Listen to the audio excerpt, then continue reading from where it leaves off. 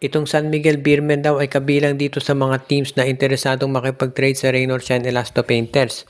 At base doon sa pinag-uusapan ngayon, mukhang palitan ng big men ang mangyayari dito. Ibibigay daw ng San Miguel Beer itong kanilang forward na si Andreas Cahilig dito sa Rain or Shine Elasto Painters.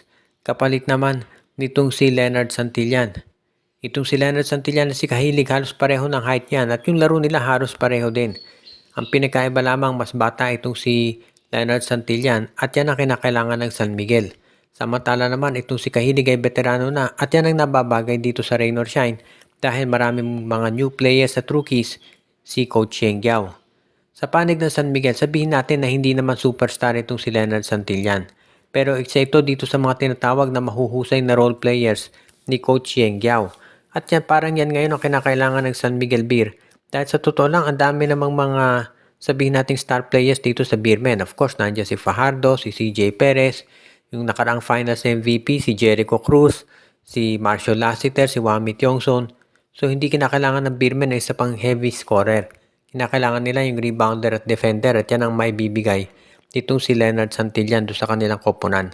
Kaya nga sigurado na magiging mas magaan para sa San Miguel kung sakasakali na makuha nila itong si Leonard Santillan mula dito sa Rain or Shine Elasto Painters.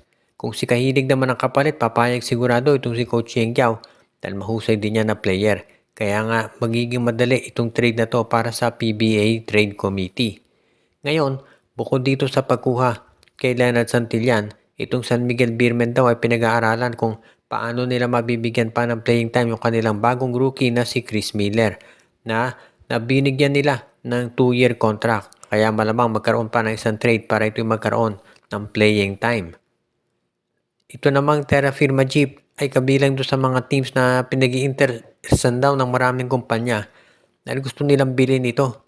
Kahit sabihin pa natin na farm team itong Terra Firma, maraming mga kumpanya ang gustong bumili dito dahil nakikita nila na yung PBA na isang epektibong oportunidad para i-market yung kanilang mga negosyo.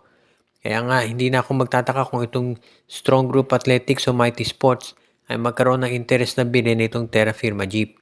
Plus, alam natin yung mga ganyang klaseng kumpanya katulad ng SGA at Mighty Sports, talagang may passion niya sa basketball. Kaya nga gusto nilang bumili ng team para makapag-compete dito sa PBA. Kahit na maraming kritisismo sa liga, ay isa pa rin dito sa mga tinatawag natin pinaka-popular na pastime sa Pilipinas ang basketball.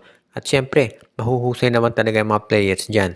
Kaya nga hindi na ako magtataka kung susubukan nitong dalawang kumpanya na i-acquire itong Terra Firma. Kung sa bagay, maganda pa rin naman yung lineup ng Terra Firma kahit papano. Meron kang Stan Hard, yung rights ni Stan Harding ka nasa kanila. Itong number 1 draft pick na si J.O. Chu, nandiyan din si Mark Nonoy, si Luis Sangalang, si Kay Mark Carino, mga very serviceable players ang mga nabanggit.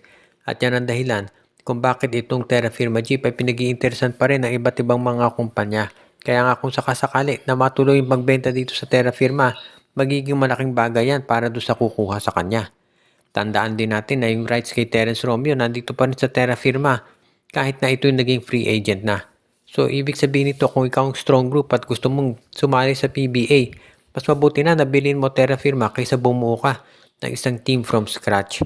At iyan ngayon yung pinag-aaralang mabuti. Itong marami kumpanya na interesado na magtayo ng sariling PBA team dahil meron na available for sale itong Terra Firma at sigurado magiging maganda yan para sa liga kapag ito'y nabenta na rin sa wakas.